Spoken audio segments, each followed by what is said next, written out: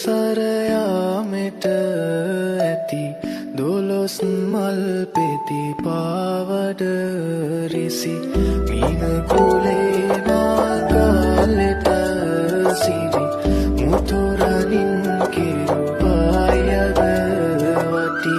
වඩින කලබමින් ගජලීලා කුමුසේ සත් ලෙලවයි හිඳිනා ඇතුමන් පිටහඬදේ හොරනා සරසමිනා